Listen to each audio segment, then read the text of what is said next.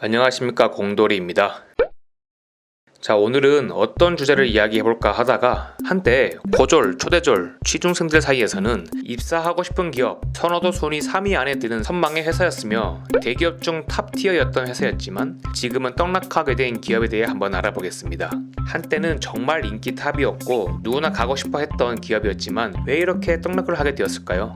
오늘 소개할 기업은 한국의 기간산업 중 가장 근간이 되는 기업, 산업의 쌀을 생산하는 기업, 포스코입니다. 포스코는 잠깐 설명했다시피 1990년대부터 2010년 정도까지 취준생들 사이에서는 가고 싶은 기업으로 늘 세 손가락 안에 들어가는 회사였습니다. 뭐 여러가지 이유가 있겠지만 가장 큰 이유 중에 하나는 국가의 돈으로 기업을 만들었습니다. 대일청구권이라는 자금으로 만들어진 포항종합제철소는 지금도 공기업의 성향을 띠고 있어서 철밥통, 망하지 않는 회사라는 이미지가 굉장히 강했습니다. 게다가 철강 업계로는 국내에선 독점 생산이라서 다른 기업들에게 늘 갑의 위치에 있었기 때문에 직원들의 위상도 높았고 연봉도 동종업계를 떠나서 고액의 연봉을 받기로 유명했습니다.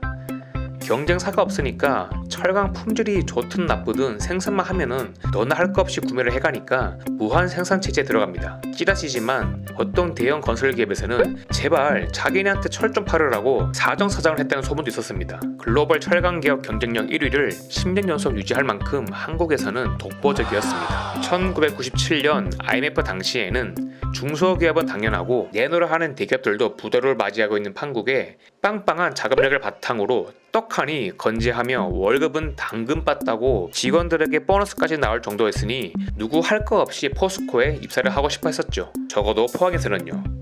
게다가 지금은 흔해졌지만 당시에는 생소했던 직원들의 각종 복지 혜택, 주거나 자녀, 생활, 교육 등등의 복지 혜택이 탑티어에 걸맞게 한몫했었습니다. 그 다음 가장 큰 이유는 바로 그 당시에는 흔하지 않았던 아주 이상적인 교대 근무 방식을 도입해서부터입니다. 3조 3교대, 4조 3교대 등등의 교대 근무자들은 돈은 많이 받지만 효율이 적다는 평들이 많았습니다. 현대 시대로 갈수록 자기개발과 워라밸을 중요시하게 여겨지는 취업계에 당시 포스코는 4조 2교대라는 굉장히 좋은 교대 근무 방식을 가져왔죠.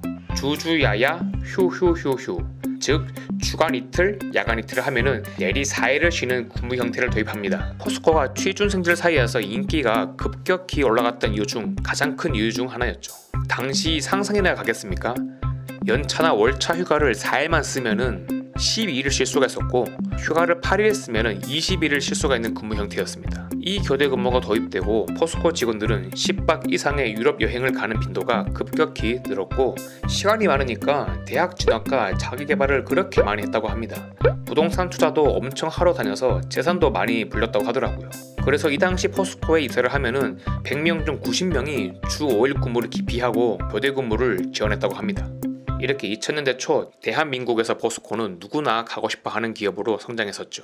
하지만 2010년부터 조금씩 그 명성이 무너지기 시작합니다. 압도적인 연봉을 앞세운 정유회사와 강력한 노조를 바탕으로 주간 2교대 체제를 내세운 현기차가 취중생들 사이에서 소문이 돌기 시작했기 때문이죠. 초봉이 6천부터 시작한다는 기름회사들의 대량 채용 소식과 교대 근무지만 야간 근무가 없는 현대차가 틈만 나면 노조를 앞세워서 파업을 하고 성과금을 챙겨가는 모습에 취중생들은 열광하기 시작합니다. 게다가 포스코 자체적으로도 많이 무너지기 시작했습니다. MB 시절 포스코의 제2회장, K회장 임기 기간 때 무리한 사업 확장 계획으로 온갖 잡다한 중소기업을 사들여서 투자하고 회사의 부피를 키우는 사업을 몇조 원을 들여서 진행했지만 결국 다 실패로 돌아가고 다 헐값에 매각하는 지경에 이르렀죠. 자금력이 빵빵하기로 유명한 포스코였지만 이런 큰 사업에 실패하면서 자금력을 잃는 것은 순식간이었습니다. 게다가 현대제철이라는 국내 경쟁사가 나타났고 중국에선 값싼 철강 제품들이 품질이라는 경쟁력까지 갖추고 와서는 포스코보다 더 싸고 질 좋은 제품으로 한국으로 수출을 하니 철강 왕이라는 포스코의 위상은 반토막이 나게 됩니다. 회사가 어려워지니 직원들에게 업무상 압박이 들어오기 시작했고 매년 하던 임금 협상은 동결되기 일쑤였고 쓸데없이 직원들의 기강을 잡겠다고 4조 2교대 근무를 변형시켜 버린 것입니다. 4일만 일하면 4일 동안 쉬게 하니까 직원들이 회사 일에 관심이 없고 나가서 놀 생각밖에 안 한다 라며 직원들의 기강을 잡겠다고 선언하고 나선 겁니다. 회사는 이렇게 어려운데 직원들은 밖에서 해외여행이나 다니며 잘 먹고 잘 사는 게 말이 안 된다고 생각했던 거죠. 이런 상황이 더 안 좋았던 건 회사 내에 노동조합이 없었기 때문에 경영진의 횡포에 직원들은 속수무책으로 당하기만 했습니다. 경영진의 탁상 행정이 신의 교대 근무라 불리는 4조 2기도에 손대버렸고 결국 변형이 되어서 지금에 이르러서는 취중생들의 원픽 대기업이 아닌 2군, 3군으로까지 내려가 위상이 꺾이게 되었습니다. 포스코가 위상이 꺾인 또 다른 이유는 일본 기업인 니폰 스틸도 한몫했었죠. 전기 강판이라는 고급 강정 생산권에 대해 국제재판에서 포스코가 니폰 스틸에게 져버렸기 때문에 회사의 주력 상품인 전기 강판을 판매하기 위해선 일본의 제재를 받게 되었습니다. 한때 취중생들 사이에서 원픽이었던 포스코였지만 과거의 영광으로 남게 되었죠. 더 많은 사건들이 있지만 큼지막한 일들만 골라서 간추려 보았습니다. 그럼에도 불구하고 포스코는 지금도 좋은 회사인 건 변함이 없습니다. 이렇게 취업이 어려운 시기에도 국가의 회사라서 매년마다 신입 채용을 꾸준히 잘하고 있고 석화 종류에 비해 입사 커트라인이 비교적 낮으며 나이 제한의 폭도 넓고 변형되었지만 4조 2계대 근무를 지켜오면서 꽤 괜찮은 연봉을 지급하고 있죠. 탄탄한 우량 기업이기도 하기 때문에 여전히 고졸, 초대졸 사이에서는 인기 있는 회사라고 말을 하고 있습니다. 다만 앞으로의 추세로 볼 땐 회사의 성장 가치가 더 이상 올라갈 일은 크게 없다고 보면 될 것 같아요. 신소재나 신재생 에너지 쪽으로 사업을 넓히지 않는 이상 철강 산업은 하향세를 탄 지 오래되었습니다. 주저리 생각나는 대로 말을 해봤는데요. 재밌게 보셨나요?